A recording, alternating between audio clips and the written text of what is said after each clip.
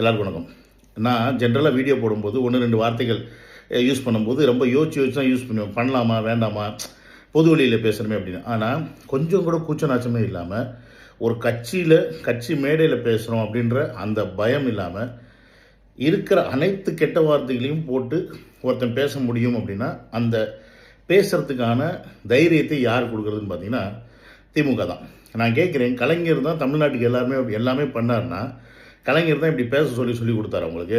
கலைஞர் தான் இந்த மாதிரி தமிழ் பேசுறதுக்கு தான் கலைஞர் தமிழ் அறிஞர் அப்படின்னு சொல்லி கூப்பிட்றீங்களா எல்லாரும்? இப்போ இந்த கிரெடிட் திமுக அக்செப்ட் பண்ணிங்கம்மா?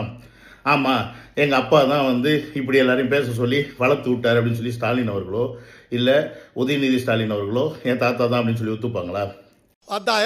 நீ இன்னொரு முறை என் தலைவனை பேசுறேன் வை, எங்கிருந்து வராடா?